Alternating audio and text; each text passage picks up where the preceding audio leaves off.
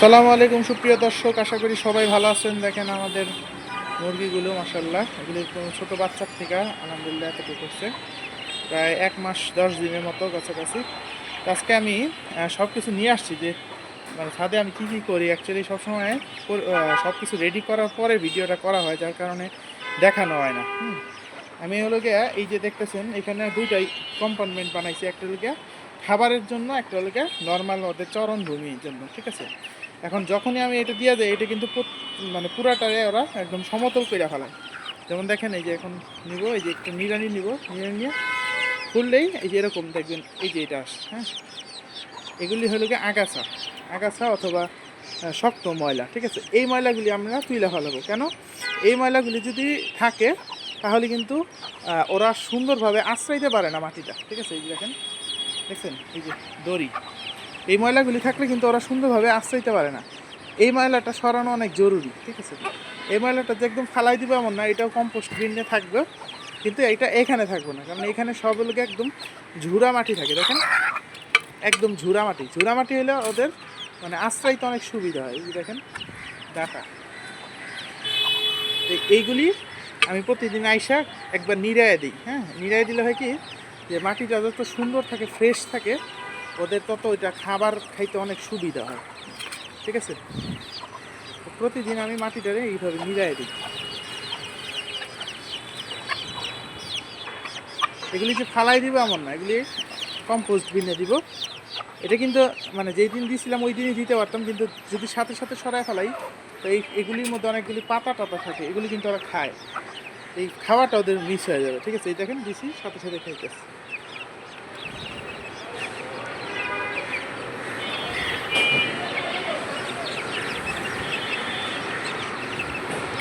তো এই নিরানির ভিডিও যদি করি তাহলে দেখা যাবে ভিডিও অনেক বড় হয়ে যাবে, যার কারণে আমি জাস্ট আপনাদেরকে দেখানোর জন্য আমি জাস্ট মানে শর্ট একটু দেখাইলাম যে আমি প্রতিদিন আইসা এইভাবে নিরায় দিই। আগে আইসা কী করতে হতো, যে প্রতিদিন আইসা ওদের লিটার ক্লিন করা লাগতো, ঠিক আছে। ওইটার চাইতে নিরানোটা অনেক সুবিধার।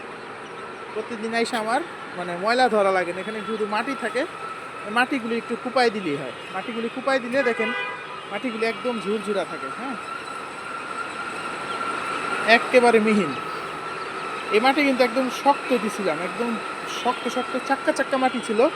তো সময়ের সাথে সাথে মাটির থেকে যে ময়েশ্চারটা চলে যায়, এর কারণে কিন্তু মাটিটা একদম মিহিন হয়ে যায়। দেখছেন মিহিন হয়ে গেছে। এই মাটিতে কিন্তু মুরগিটা আলহামদুলিল্লাহ খুব ভালো হয়, ঠিক আছে। তো এরপরে আরেকটা কাজ করি, সেটা হল যে এগুলি উঠায় ফেলাই। আজকে উঠাই আমি আপনাদের দেখাই। রেগুলার তো এগুলি সরানো হয় না, দেখানো হয় না, দেখতে পাচ্ছেন। এই যে এটার মধ্যে একটু খাবার বানাই দিছিলাম, কিন্তু এগুলি কিন্তু আমি মানে রাখবো না, এগুলি মাটির সাথে মিক্স করে দিব পরে। এটার মধ্যে খাবার বানাইছিলাম, এটা একটা দেখার জিনিস। দেখেন চতুর্দিক দিয়ে ব্লক করা, ঠিক আছে, চতুর্দিক দিয়ে ব্লক করা, শুধুমাত্র একটা দিক দিয়ে খোলা। এই একটা দিক দিয়ে কিন্তু ওরা মাথা ঢুকায় খাইতে পারে। ফলে কি হয়, যে ভিতরে ঢুকায়, বাচ্চারা যদি ভিতরে ঢুকাও খায়, ওরা ছিটাইলে কিন্তু এখানেই থাকে, জিনিসটা পড়া যায় না বাইরে। আবার পানির ক্ষেত্রেও সেম, অল্প পানি দেওয়া হয়, তো 7টা মুরগির জন্য এনাফ, পানিটা নষ্ট কম হয়। এই যে দেখেন এই খাবারটা এখানেই চলে যেতেছে, এখানে খাবারটা ফেলানো হচ্ছে না। তবে এটা ঠিক যে মাটিতে দিলে খাবার একটু বেশি অপচয় হয়, কিন্তু আপনি খাবারটার সিলেকশনও ওইভাবে করতে হবে যাতে অপচয়টা কম হয়, ঠিক আছে। দেখেন এটা সরানোর সাথে সাথে সবাই চলে আসছে যে এখানে কিছু না কিছু আছে। অ্যাকচুয়ালি ব্যাপারটা হয় কি, এখানে হলকে জিনিসটা মানে অনেকটা ভিজা মাটি থাকে। হ্যাঁ, ভিজা মাটিতে কিন্তু পোকামাকড়টা একটু বেশি হয়। পোকামাকড় বেশি থাকার কারণে ওরা দৌড়ে আসে যে একটু পোকামাকড় যদি একটু কিছু মানে খাইতে পারে। যেহেতু ক্ষুধার্ত সবাই, আমি প্রত্যেক দিন খাবার দিই না, আমি ওকে একদিন পর পর খাবার দিই, ঠিক আছে, যাতে ওদের একটু ক্ষুধা থাকে। এবং আমি যেই মানে ময়লাটা দিব, ওই ময়লাটা দিন তাড়াতাড়ি ওরা মানে শেষ করে ফেলায়।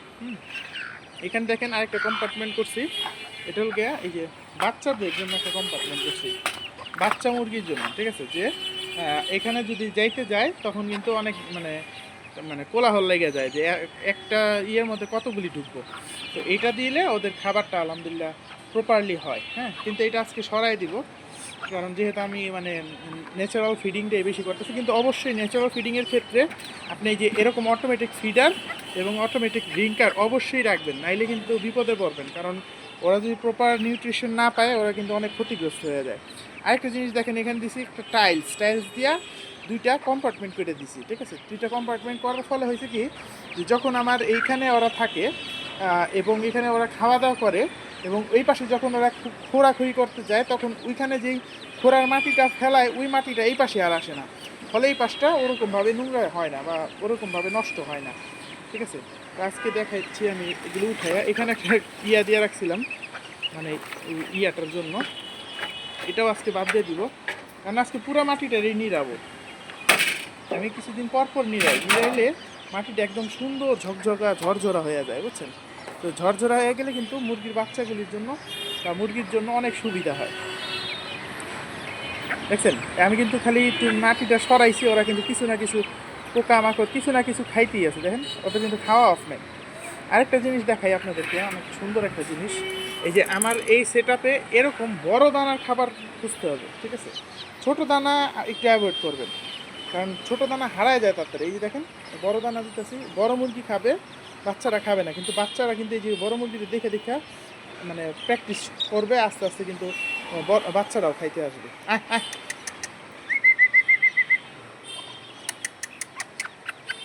বুঝছেন, আজকে একটু ভয় পাইতেছে, এই পাশে দিছি তো, কাছে নিয়ে দিলে আবার খায়। তো এইভাবে যদি বড় মুরগির খাওয়া দেখে, তখন আস্তে আস্তে কিন্তু ছোটো মুরগিগুলো খাওয়ার অভ্যাস হয়ে যায়, বুঝছেন। তো মোরগটা এখনও টেম হয় নাই, মুরগিটা টেম হয়েছে, কারণ মুরগি একটু কম ভয় পায়। মুরগিও আগে ভয় পাইতো, কিন্তু এখন একটু কম ভয় পায়। দেখেন বড় বড় দানা, আমি কিন্তু ভুট্টাটা কিন্তু একদম গুঁড়া দিইনি, দেখছেন ভুট্টা কিন্তু অনেক বড় দানা, বড় দানা হওয়া সত্ত্বেও ওরা কিন্তু খাইতেছে। দেখেন এই মুরগি যখন খাইতে দেখতেছে, আস্তে আস্তে বাচ্চাগুলিও কিন্তু এইভাবে ট্রেন হয়ে যাবে, ঠিক আছে। বাচ্চাগুলিও দেখবেন বড় হইলে তখন এই যে এরকম বড় দানা খায় অভ্যাস হবে। আর আরেকটা জিনিস মনে রাখবেন, ফিডের 70%ই কিন্তু ভুট্টা, ঠিক না। এখন ভুট্টা খাওয়াইলে এই একটা সুবিধা, এই দেখেন ছোটো বাচ্চারাও কিন্তু ভুট্টা খায়। তো ফিডের 70% হলো গিয়ে ভুট্টা।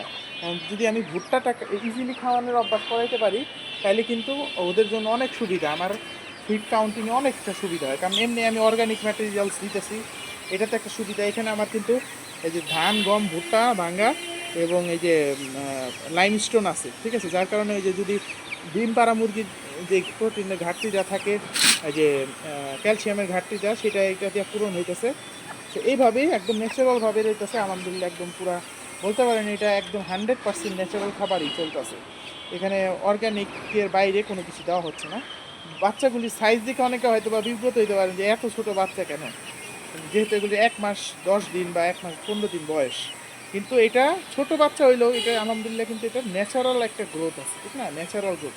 বাচ্চাগুলি দেখেন অনেক চঞ্চল, ঠিক আছে। ওদের ছাইরা দিলে যে কোনো জায়গা থেকে ওরা খাবার খুঁজে খাইতে পারবে। কিন্তু যারা একদম খাঁচায় পালেন বন্দি কইরা, আমি একটা মাইন্ড করেন না, একজনের কথা বলবো, আপনারা সবাই চিনেন, সে আর কি প্রমোট করে কি খাঁচায় মুরগি পালন, হ্যাঁ, ছোট ছোট খাঁচার মধ্যে মানে মুরগিগুলি দিয়ে রাখে। এটা যে কী পরিমাণ কষ্ট দেয় আপনি দেখেন।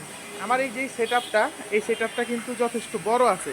এটা আমি মানি যে মুরগির জন্য এটা এনাফ না, এটা আমি মানে অস্বীকার করব না, এটা অবশ্যই মুরগির জন্য পর্যাপ্ত নয়, মানে না। তারপরও ওরা কিন্তু মোটামুটি একটা ফ্রিডম পাচ্ছে, যে একটু মুভমেন্ট করতে পারতেছে, একটু মাটি চালতে পারতেছে, একটু শাক সবজি খেতে পারতেছে, ঠিক আছে। কিন্তু মানে সে লোক করতেছে কি, প্রচুর মুরগি নিতেছে, ছোট ছোট খাঁচার মধ্যে ব্লক করতেছে। হ্যাঁ, লাভ আসতেছে মানলাম, কিন্তু এই যে মানুষ মানে মুরগিটারে যে কষ্ট দিতেছে, এটা কিন্তু খুব অনেক বড় অপরাধ। আপনারা আমার ভিডিওতে দেখবেন যে আমিও এর আগে কিন্তু ছোট ছোট কম্পার্টমেন্টে করছিলাম। কইরা যে আমি অভিজ্ঞতা নিছি, যে এবং করার পর যে আমি বুঝতে পারছি যে এদের কষ্ট হয়, তারপর থেকে কিন্তু আমি ওইটার থেকে সরে আসার চেষ্টা করছি।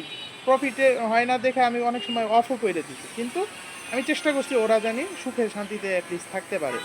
তো মুরগি বা পশু পাখির কমফোর্টের দিকটাও দেখতে হবে। দেখেন কমফোর্ট আছে দেখে বাচ্চাগুলো আলহামদুলিল্লাহ কত সুন্দর চঞ্চল আছে, হয়তো বা ছোটো বড় আছে। তো ছোটো বড় হইলেও আলহামদুলিল্লাহ কমফোর্ট কিন্তু আছে। আর এটা ছিল পুরা একদম মানে এইবারের শীতটা কিন্তু সবাই জানেন কীরকম হাড় কাঁপানো শীত এবার চলতেছে। এই হাড় কাঁপানো শীতের মধ্যে আলহামদুলিল্লাহ দেখেন মুভমেন্টটা দেখেন, কোনো বাচ্চা চুপচাপ কোনো চিপা চাপায় বসে নেই, ওরা আলহামদুলিল্লাহ একদম ন্যাচারাল মানে ন্যাচারাল জায়গায় যেভাবে চলাফেরা করে ঠিক ওইভাবেই চলাফেরা করতেছে, হয়তো বা সাইজটা একটু ছোটো।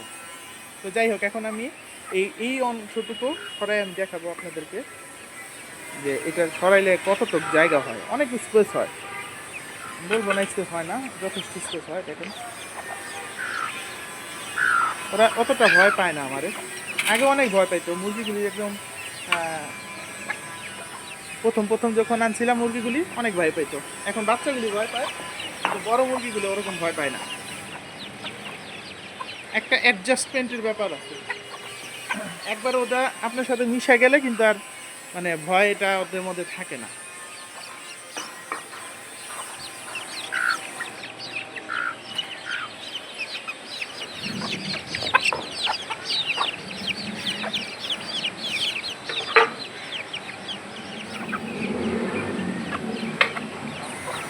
যেমন অ্যাডজাস্টমেন্টের ব্যাপার আছে, তেমন মানে লাখেরও ব্যাপার আছে, লাখ ছাড়াও আর হয় না। পশু পাখির ক্ষেত্রে লাখটা অনেক জরুরি, মানে আল্লাহর ইচ্ছাটা অনেক জরুরি।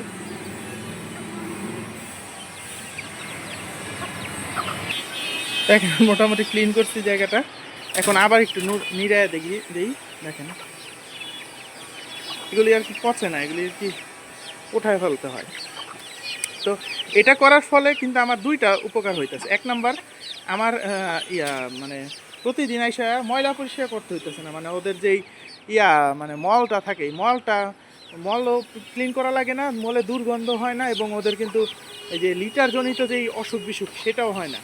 ঠিক আছে, লিটারজনিত অসুখটাও কিন্তু কমা যায়। আরেকটা সুবিধা হলো গিয়ে যে আমার গাছের জন্য পর্যাপ্ত একটা প্রপার মানে একটা ম্যানেজমেন্ট বা একটা মাটি বা একটা কম্পোস্ট সার তৈরি হয়।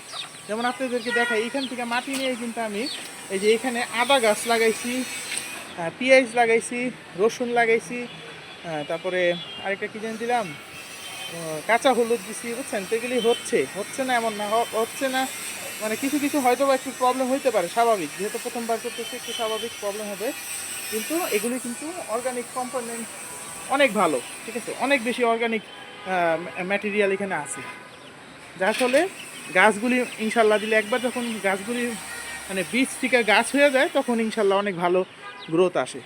মেইন হয়ে গেল আর কি বীজটা উৎপাদন করা একটু টাফ হয়ে যায়। তো এভাবে হলে সুবিধা কি দেখেন, আমি পুরাটারে অনেক সুন্দর করে ঘাটতে পারতেছি। এই দেখেন, এই যে আমি যে ঘাটতেছি ওরাও কিন্তু খাইতেছে, মানে ওরা যখন যেটা খাবার পাইতেছে তখন সেইটাই নিয়ে খাইতেছে, কোনো মানা নাই। এখানে ফিড কস্টের ব্যাপার অনেকেই বলবেন যে ভাই ফিড কস্ট তেমন একটা মানে হয় না, এটা আমি মানি, একদম তেমন যে একদম আহামরি ফিড কস্ট কমবে এরকম না, তবে সবজি দিলে ওরা সুস্থ থাকে, অনেকটা বেটার থাকে। ফিড কস্ট আপনি যাই আসুক, সবজিতে আলহামদুলিল্লাহ আমি একটু ভালো রেজাল্ট পাইছি, ওদের সুস্থতা থাকে অ্যাটলিস্ট। অবশ্যই একটু জায়গা নিয়ে নেবেন, কারণ এই যে দেখেন এগুলি কিন্তু অনেক ধারালো, তো জায়গা না নিলে কিন্তু অসুবিধা হয়ে যেতে হয়। তো ওই পাশটা অনেকটা ঝুরঝুরা হয়ে গেছে, এখন এই পাশটা ঝুরঝুরা করবো। দেখছেন, মাটি কুপানের আগে থাকে একদম শক্ত শক্ত, আর কুপানের পরে আলহামদুলিল্লাহ একদম ঝুরঝুরা হয়ে যায়।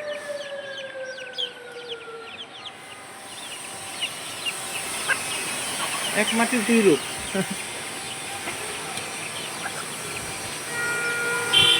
আমার আব্বা মনে হয় আগামীকালকে আরেকটা গাছ লাগাবো, হয়তো এখান থেকে মাটি নিতে হতে পারে, তো এটা দেখা যাক কি হয়। আর এই যে দেখেন ফরমালিনের কি অবস্থা, বুঝছেন? এই সিম কতদিন আগে দিয়ে রাখছি, এখনও সিমই আছে, সিম পচেও না গলেও না। এই ফরমালিন মুক্ত খাবার যদি আপনার খাইতে হয়, অবশ্যই নিজের চাষাবাদ অ্যাটলিস্ট নিজের করে নিতে হবে। এখন বলবেন যে ভাই সবাই কি চাষাবাদ শুরু করব, মানুষ ডাক্তার ইঞ্জিনিয়ার এত কিছু থেকে আর চাষাবাদ করব? মানলাম যে যার যার প্রফেশন আছে, বাট একটা ব্যক্তিগত সময় থাকে না যে এই টাইমটা আমি একটু নিজের শখটা পালন করব।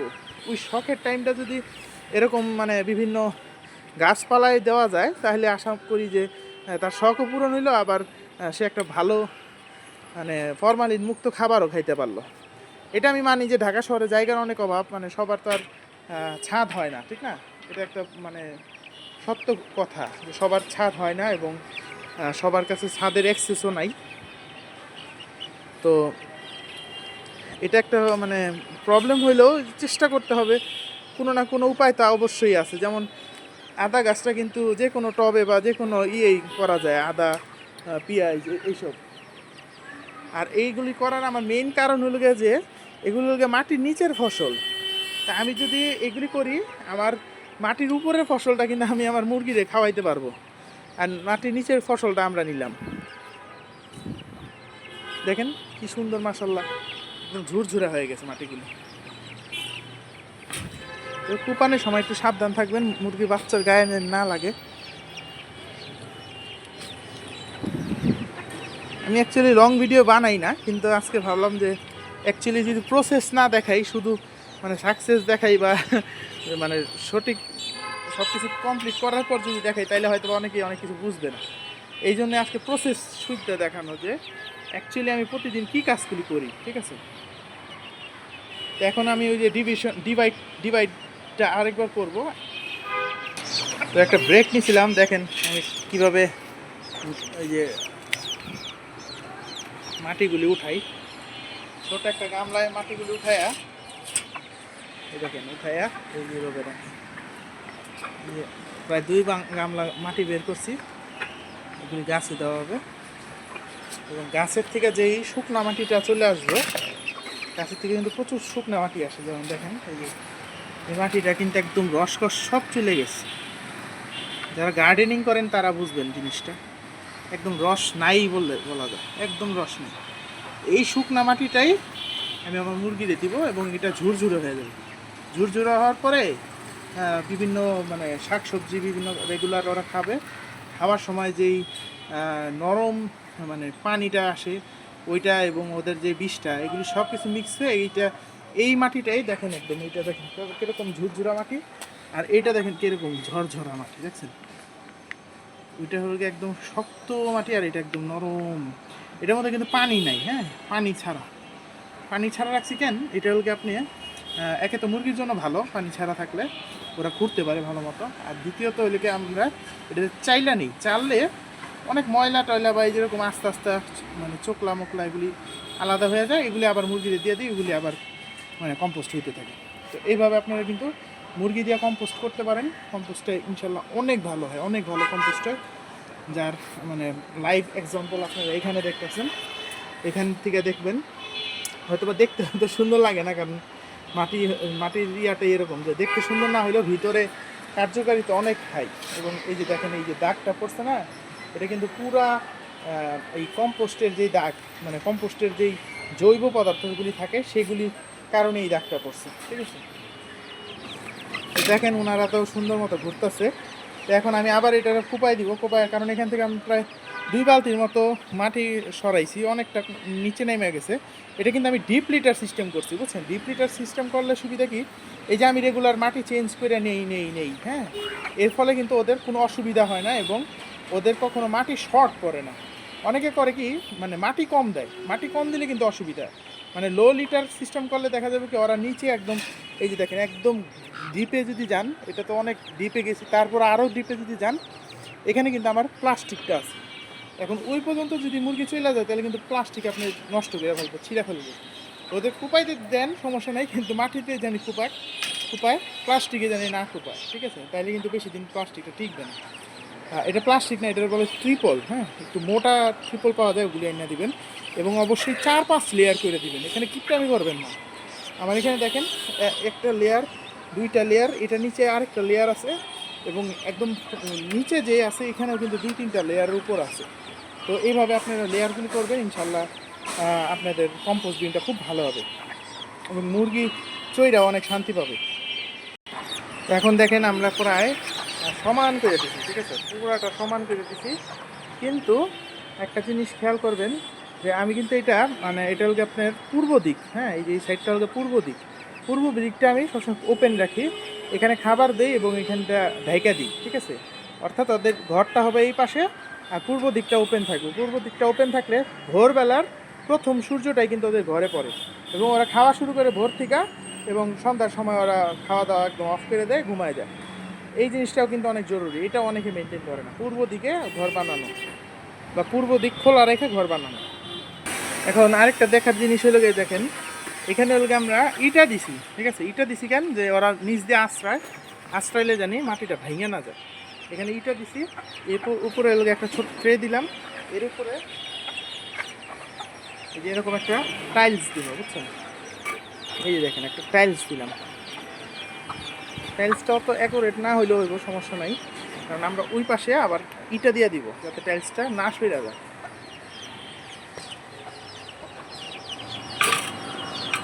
আপনার টাইলসের বদলে কিন্তু কাঠও দিতে পারেন, মানে টাইলসই দিতে হবে এমন না, লাক্সারি হইতে হবে এরকম কিছু না। আপনারা চাইলে কাঠও দিতে পারেন, কোনো সমস্যা নেই।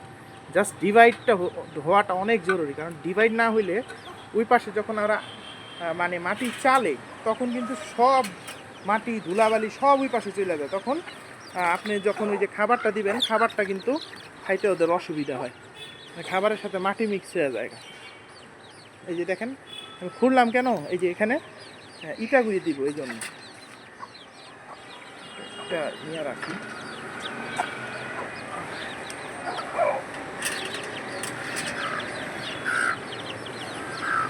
ইটা দিয়ে দিলাম, আরেকটা ইটা দিয়ে দিলাম, এই দুইটা ইটা দিয়া এখন যদি আমি মাটিগুলি দিই, দেখবেন একদম মাটি একদম প্রপারলি মানে আটো হয়ে গেছে, ঠিক আছে। আমি ওইখানে আরেকটা ইটা দিব, এখানে আরেকটা ইটা নিয়ে আসছি, এটার জন্য জায়গা করব।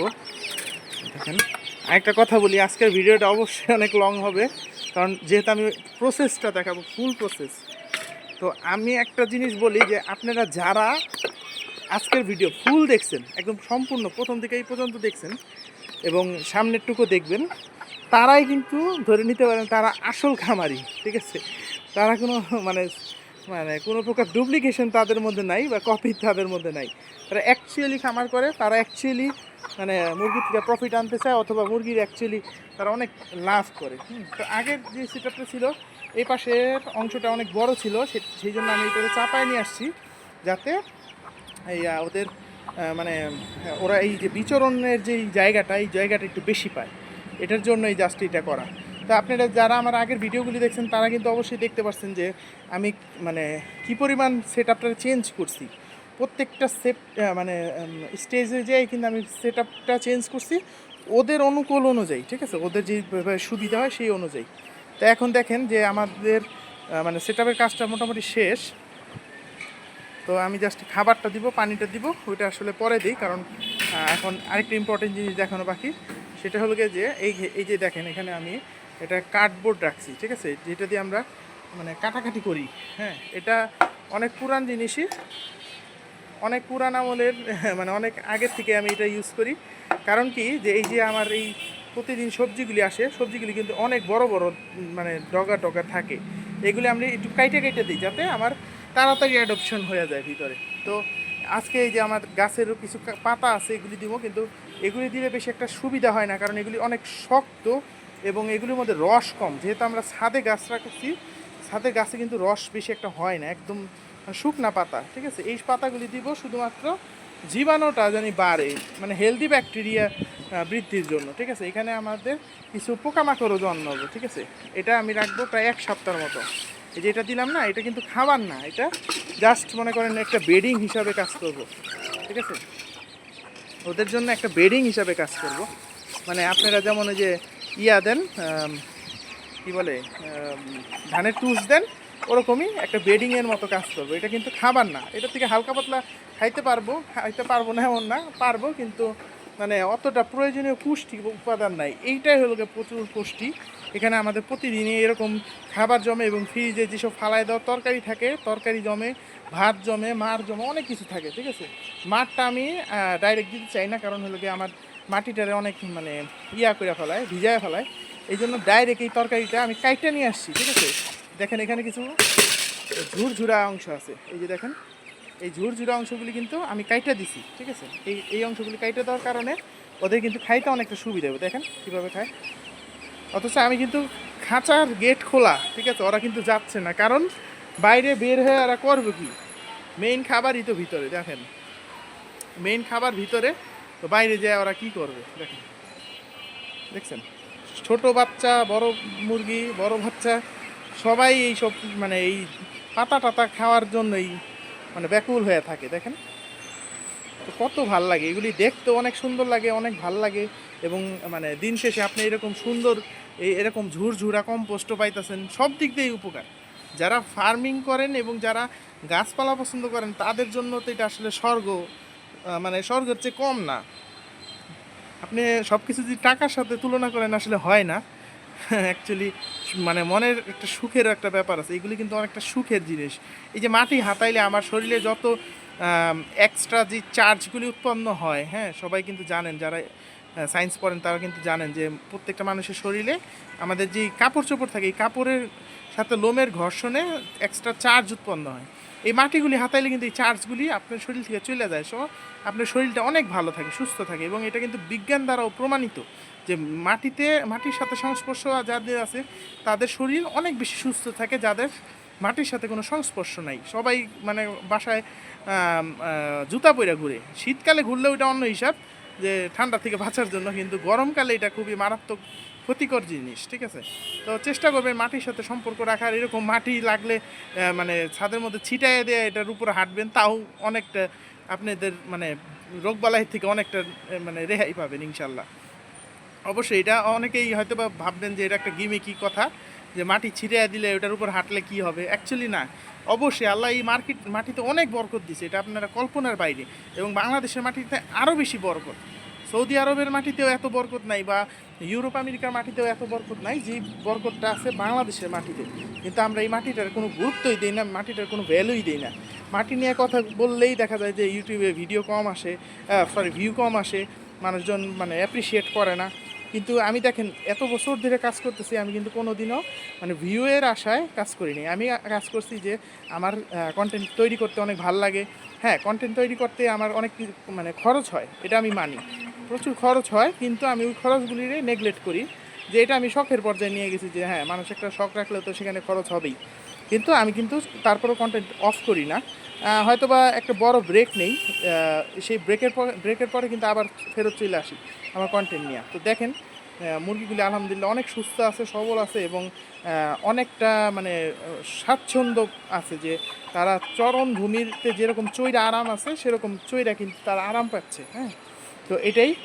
আর এই যে আপনারা অবশ্যই এরকম বড় দানার খাবার অবশ্যই দেওয়ার চেষ্টা করবেন, কারণ বড় দানার খাবার যদি না দেন তাহলে কিন্তু এই ছোটো দানার খাবারগুলি কিন্তু মাটির সাথে মিশা যায় এবং প্রচুর নষ্ট হয়। এদিকে এই বড় দানার খাবার খাওয়ায় অভ্যাস করাবেন।